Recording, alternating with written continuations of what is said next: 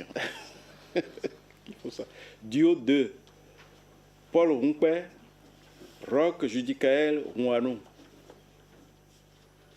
Merci. Proclamation des résultats provisoires. C'est ce que prévoit la loi. Des résultats provisoires de l'élection présidentielle du 12 avril 2026.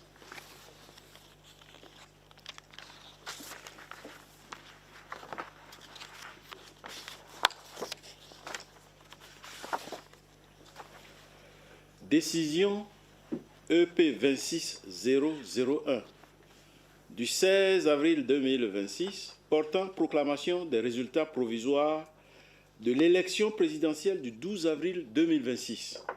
La Cour constitutionnelle, saisie par lettre en date à Cotonou du 13 avril 2026, enregistrée au secrétariat particulier de son président, le même jour, sous le numéro 110 SP-PCC, par laquelle le président de la Commission électorale nationale autonome Sénat, en application des dispositions des articles 16 et 19 du Code électoral, a transmis à la Cour la décision numéro année 2026, numéro 019, Sénat, PT, RAP, DGE, SP du 13 avril 2026 portant publication des résultats provisoires de l'élection du duo président de la République et vice-président de la République du 12 avril 2026. Vu la loi numéro 90-32 du 11 décembre 1990 portant constitution de la République du Bénin, telle que modifiée par les lois numéro 2019-40 du 7 novembre 2019 et numéro 2025-20 du 17 décembre 2025. Vu la loi numéro 2022-09 du 27 juin 2022 portant loi organique sur la Cour constitutionnelle, telle que modifiée par la loi numéro 2025-18 du 25 juillet 2026. Vu la loi numéro 2019-43 du 15 novembre 2019 portant code électoral, telle que modifiée par la loi numéro 2024-13 du 15 mars 2024. Vu le règlement intérieur de la Cour constitutionnelle, vu les procès-verbaux de déroulement du scrutin du 12 avril 2026 et les documents y annexés à elle transmis par la Sénat, ensemble les pièces du dossier, après en avoir délibéré, sur les résultats transmis à la Cour par la Sénat, considérant que selon l'article 2, l'alinéa 2 de l'article 16 du Code électoral, la Sénat compile les résultats certifiés au niveau des arrondissements de l'élection du duo président de la République et vice-président de la République, publie les résultats provisoires et les transmet à la Cour en vue de la proclamation des résultats définitifs. Considérant que le 13 avril 2026, la Sénat a publié les résultats provisoires de l'élection présidentielle du 12 avril 2026 après la compilation de 90,55% des résultats certifiés. Considérant qu'il ressort de cette publication les données ci-après.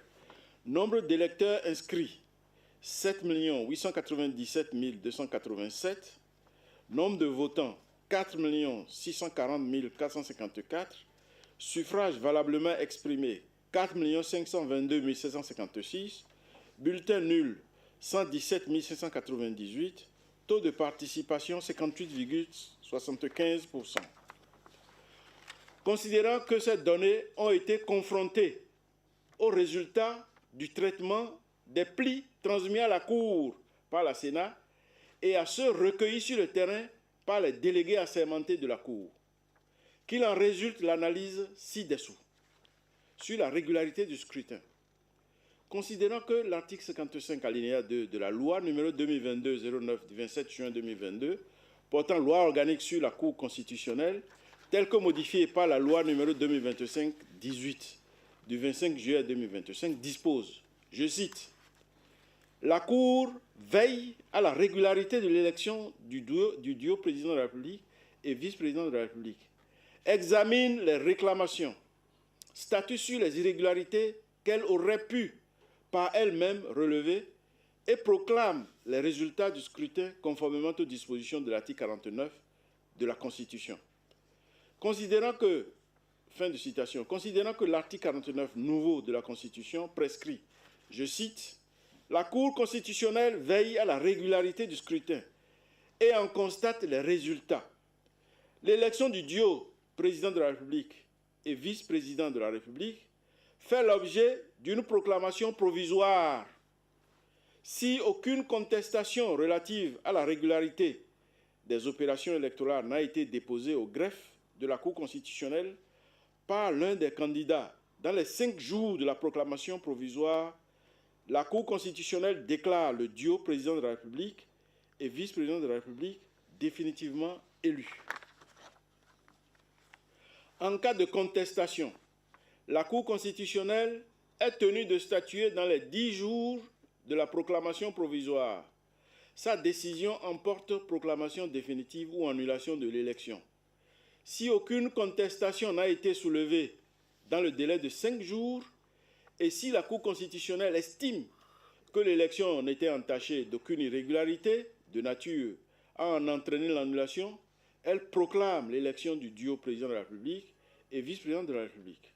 En cas d'annulation, il est procédé à un nouveau tour de scrutin dans les 14 jours de la décision.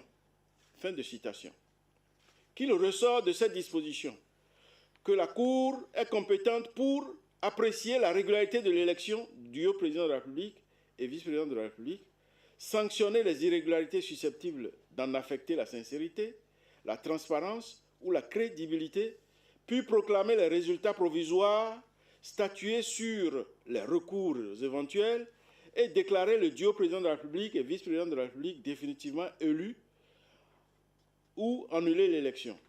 Considérant qu'au fin de cet examen, la Cour a procédé à l'analyse des procès-verbaux de déroulement du scrutin, de compilation et des feuilles de dépouillement des résultats dans 17 463 postes de vote de l'ensemble des 546 arrondissements du pays et des 14 centres de vote de la diaspora. Des bulletins présumés nuls, des rapports des agents électoraux de la Sénat, des rapports des délégués assermentés de la Cour, des observations des mandataires des duos de candidats. Considérant que le dit examen a révélé divers manquements dans certains postes de vote, notamment l'absence de procès verbal de déroulement du scrutin ou de feuilles de dépouillement dans certains plis, des plis non fermés, le défaut de signature de membres de postes de vote sur les procès-verbaux de déroulement du scrutin ou des feuilles de dépouillement, le mauvais remplissage ou l'absence de procès-verbaux et de feuilles de dépouillement dans certains plis, l'absence de mention du nombre d'émargements ou de vote par dérogation sur certains procès-verbaux de déroulement du scrutin ou feuilles de dépouillement, l'absence du registre de vote par dérogation dans certains postes de vote, l'absence de preuve de l'habilitation du vote par dérogation, l'absence d'indication du poste de vote, l'absence de signature de mandataire des duos de candidats, la non-conformité entre les 3 premiers chiffres du code indiqué sur le procès-verbal de déroulement du scrutin et les 3 premiers chiffres du cachet d'authentification.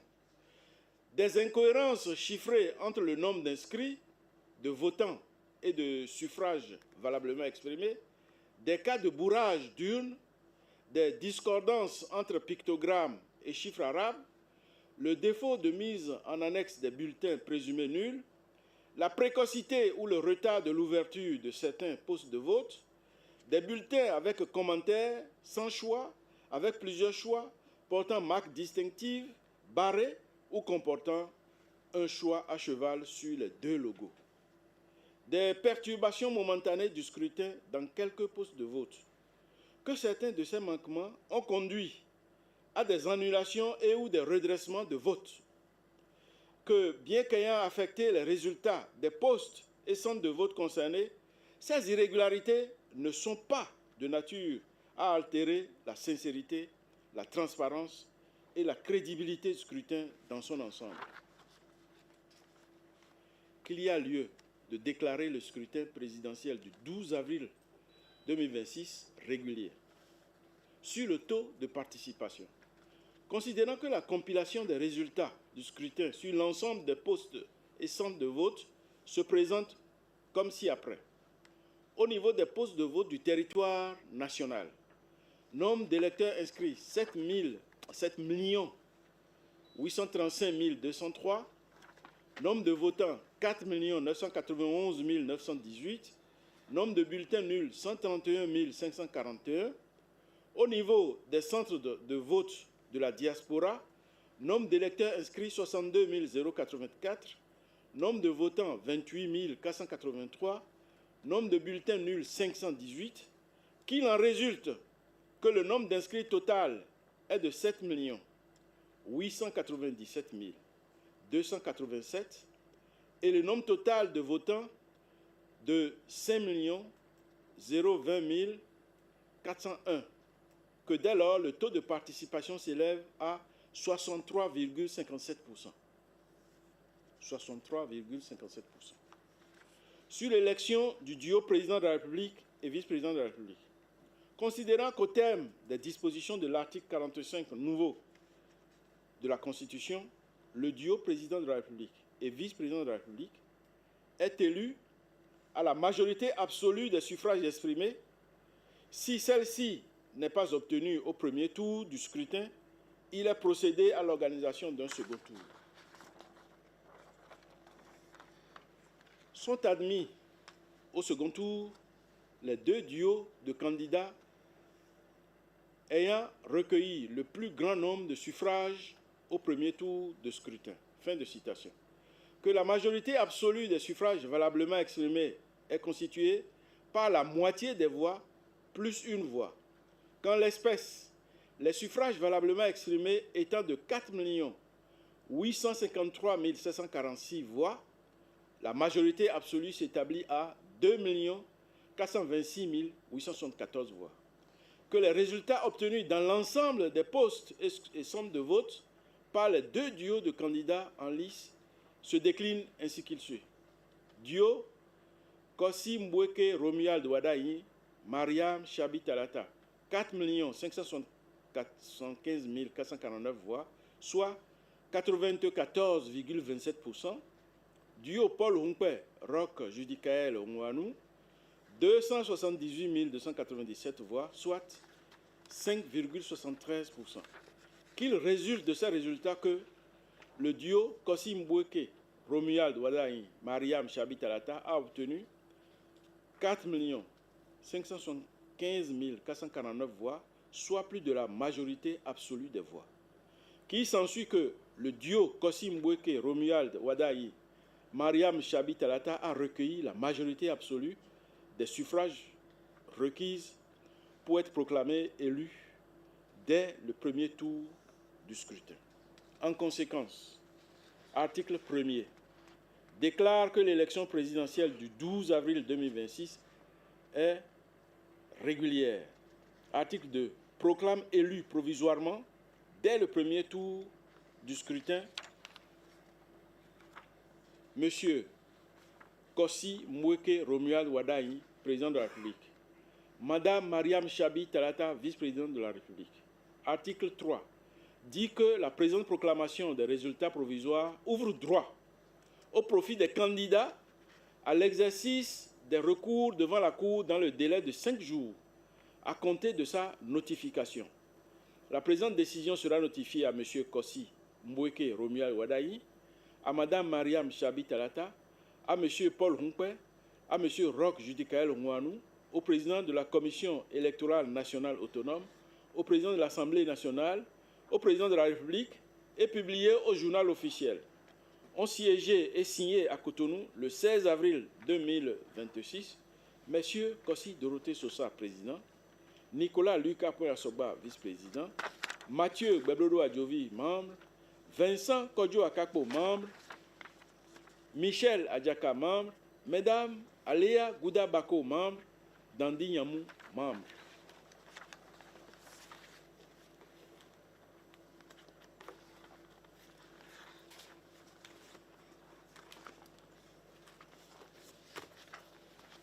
Maître Farah, Est-ce que tous les dossiers inscrits ont été évoqués? Oui, Monsieur le Président, le dossier inscrit au vote a été évoqué. Je vous remercie, Monsieur le Président. L'audience est levée.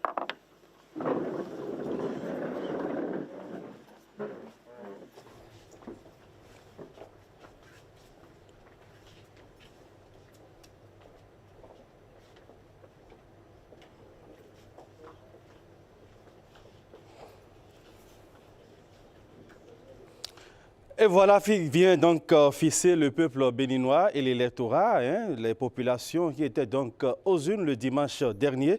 Le duo Wadaïn Talata qui enregistre donc plus de la majorité des voix et qui est élu, déclaré donc élu dans le premier tour du scrutin sous réserve d'éventuels recours. Les recours qui vont donc se formuler dans une période de 5 jours, le temps pour donc les sages de la Cour de statuer sur ces éventuels recours. Et j'ai toujours avec moi en plateau Marie-Léa Yamanjuro, journaliste à la Radio Nationale, et Gustave Sonon, acteur politique, ancien ministre de la République. Vous avez donc suivi le verdict des sages de la Cour, la plus haute juridiction en matière constitutionnelle au Bénin. Pas de grande différence avec les chiffres de la Sénat. Pour rappel, la Sénat avait crédité le duo Wadaïn Talata de 94,05%. La Cour, quant à elle, nous dit que le duo a plutôt enregistré 94,27%.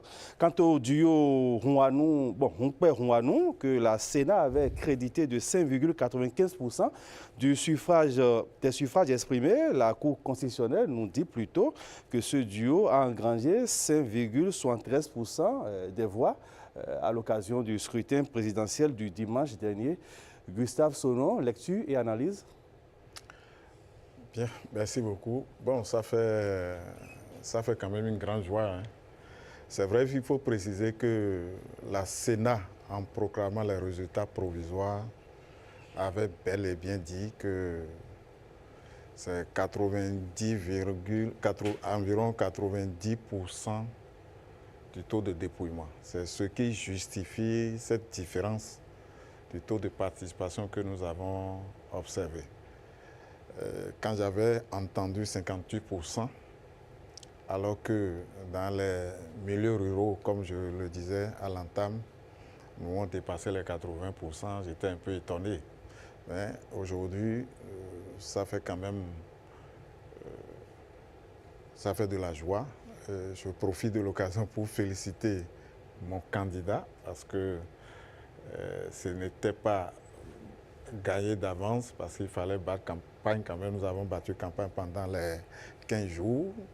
C'est vrai qu'il y a eu l'adhésion populaire, mais tant que la Cour ne statue pas de façon, vous avez constaté, dans la proclamation du résultat, la Cour peut être amenée à annuler le scrutin. Donc c'est pourquoi je dis que ça fait quand même fierté. Ça vient conforter et ça vient démontrer une fois encore que le Bénin, le peuple béninois à des moments donnés transcender les divergences pour orienter vraiment vers une vision de développement. Parce que à travers la présentation du projet de société, on sent que c'est une continuation, certes, mais celui qui porte cette voie, nous sentons véritablement que c'est un acteur, c'est un technicien et que nous avons espoir parce que nous avons amorcé quand même un peu le développement. Et aujourd'hui, ce qui est bien, vous voyez, nous sommes 16 avril. L'investiture, je crois, c'est le 24 mai. Donc désormais, nous fonctionnons comme les grandes démocraties. Si j'ai bonne mémoire, aux États-Unis, on vote le 4 novembre. Mais le président de la République prête serment le 20 janvier de l'année qui suit. Donc il y a une période de transition où tout se met progressivement en place. C'est ce que je peux... Bon, je suis un peu étonné par rapport au nombre d'inscrits pour la diaspora. C'est vrai, je ne sais pas, ça suppose que les données, je ne sais pas, les données ne sont pas, je dirais, actualisées. Je ne sais pas comment ça a été procédé parce qu'au moins, au niveau local. Avec la modernisation de l'état civil, on extrait tout simplement toutes les personnes qui ont 18 ans et plus. Donc je suppose que si nous avons une statistique fiable, nous devons être en mesure d'extraire également, d'avoir la statistique de tous les Béninois à l'étranger. Et je suis convaincu que ça dépasse les 62 000. Donc c'est pourquoi j'ai dit que ça fait un peu tic dans ma tête. Moi, j'expliquais le faible taux avant par le fait que nous avons quand même beaucoup de compatriotes à l'extérieur. Mais je ne sais pas comment ça a été obtenu et comment ça a été calculé. Marie-Léa Yamandjoro, sans surprise, hein, la Cour constitutionnelle qui valide pratiquement, hein, à quelques différences près, les chiffres qui ont été proclamés par la Commission électorale nationale autonome. Tout à fait, c'est effectivement sans surprise et je vais rebondir sur ce qu'expliquait l'ancien ministre Gustave Sonnon par rapport au vote de la diaspora, 62 014 postes de vote. De mon point de vue, c'est lié surtout au nombre de postes de vote parce que, vous savez, les postes n'ont pas été ouverts dans tous les pays donc, où il y a des Béninois. Cela a été ouvert dans certains pays et donc, par endroit, il fallait se déplacer. Par exemple, en Europe, il fallait pour beaucoup rallier la France pour pouvoir le faire venir à Paris. La même situation s'est posée ailleurs. Je pense que, vu la mobilisation qu'il y a eu autour de la diaspora, de l'intérêt qu'on a apporté à la diaspora sur ce scrutin, ça va s'améliorer progressivement et peut-être que bientôt on aura au-delà donc des 62 000 votants. Maintenant, le taux de participation qui grimpe à 63,55%, il y a de quoi que les mouvements et tous ceux qui se sont engagés, même les médias qui ont rappelé combien le vote était un devoir citoyen, il y a de quoi que tous ceux-là ressentent une certaine satisfaction parce que le taux de participation à 37% autour des législatives et communales, c'était quand même assez inquiétant. Ça pouvait être interprété de diverses manières. Le défi à présent par rapport au taux de participation, c'est de faire en sorte que ce taux puisse rester stable ou à défaut de s'améliorer. Parce que c'est vrai que les élections sont dans 7 ans, c'est dire que l'ensemble des acteurs ont 7 ans pour travailler davantage à ce que ceux encore qui s'abstiennent comprennent quelle est l'importance du vote et pourquoi justement dans une élection nationale, chaque citoyen doit aller faire un choix. Gustave Sonnon, peut-on encore s'attendre à d'éventuels recours, alors même que l'opposant, hein, le challenger de Robert Wadaï, Paul Hunkwe, a précocement reconnu sa défaite? Bon, non, vous ne pouvez pas dire qu'il a précocement. Il n'a pas précocement reconnu sa défaite. Je crois que c'est déjà entré dans les habitudes. Hein. C'est vrai que par le passé, nous avons souvent 2 tours pour les présidentielles. Au premier tour, aucun candidat ne reconnaît sa défaite. Et généralement, nous n'avons plus que deux candidatures. Mais cette fois-ci, vous comprenez qu'il ne peut pas y avoir il n'y aura qu'un seul tour. Parce que forcément, il y aura toujours d'un côté une majorité. En 2011, je crois, au lendemain du chaos, le président, si j'ai bonne mémoire, hein, le candidat président Ngwedi, sans attendre la programmation des résultats provisoires par la Sénat, a appelé quand même le président en exercice pour le féliciter. Et en 2016, je crois que le second tour a été organisé le 20 mars, si j'ai bonne mémoire. Déjà à 20 h, il a été annoncé que le Premier ministre Zinsou a appelé le président actuel pour le féliciter sans attendre quelconque compilation. Donc, sur le terrain, et tous les candidats ont l'obligation d'envoyer dans tous les bureaux de vote des représentants. Et ils ont fait des compilations. On a suivi au soir du 12 avril, je crois le porte-parole du candidat Hunkwe dit qu'ils sont en train de faire les compilations pour voir. Voyant l'écart, et la Sénat a atteint 90% du dépouillement, même si on fait la somme des 10% restants, ça ne peut plus atteindre véritablement. Et en analysant les différents failles, il n'y a jamais d'élection où on ne doute pas de ces gens de couacs qui ne vont pas remettre fondamentalement en cause, voire l'annulation du scrutin. Donc, un bon démocrate, Paul Houmpoué l'a fait, et ça avait grandi notre pays. Bon, j'entends que c'est... On vous aura compris sur la question. Marie-Léa Yemandjoro, je vous fais pratiquement la même question aussi. Hein. Oui, tout à fait. Bon, il s'agit d'une compétition électorale et je fais observer que bien avant l'élection, Paul Houmpoué a toujours été un opposant plus ou moins assez modéré, d'accord? Et donc, on ne pouvait pas s'attendre à haute attitude, c'est-à-dire est-ce qu'il devait se rabattre derrière peut-être des irrégularités que ces délégués ont constatées, et quitte à commencer par prétendre que voilà, son vote lui a été volé ou sa victoire lui a été volée. Non, je pense que déjà dans la posture de l'homme politique qu'il est avant le scrutin, on sentait qu'il était assez conciliant sur certaines choses. Ensuite, les délégués ont dû rapporter, puisque le communiqué le dit, ils ont eux-mêmes fait des compilations, donc ils se sont très vite rendus compte qu'il y avait quand même une grande avance qu'il faut souligner.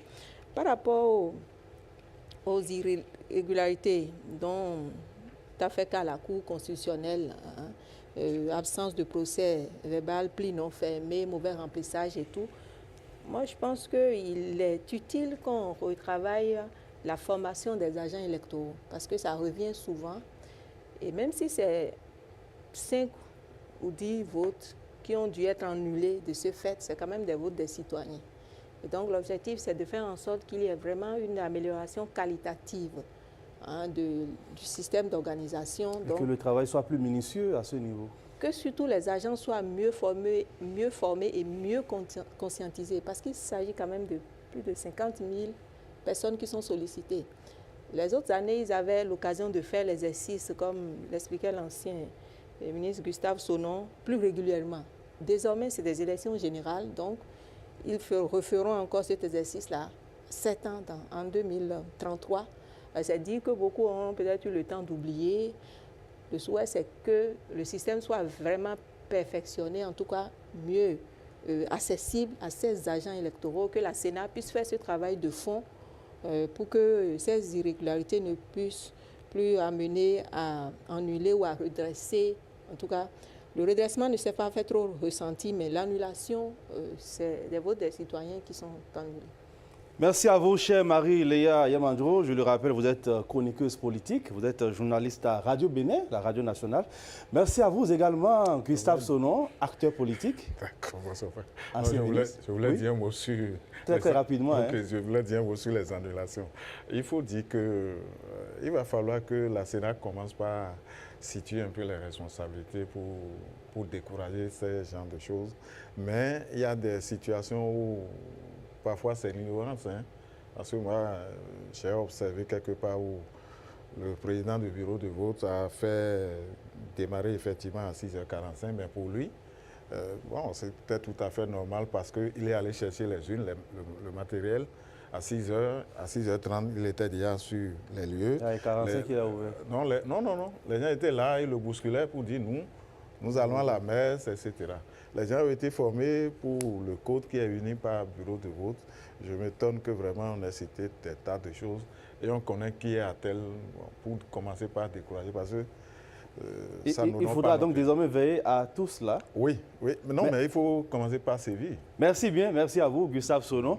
Alors, chers amis téléspectateurs, ce sera donc tout pour cette émission spéciale consacrée donc à la proclamation des résultats par la Cour constitutionnelle. Les résultats, bien évidemment, du scrutin présidentiel du dimanche 12 avril 2026. Merci de nous avoir suivis et à très vite.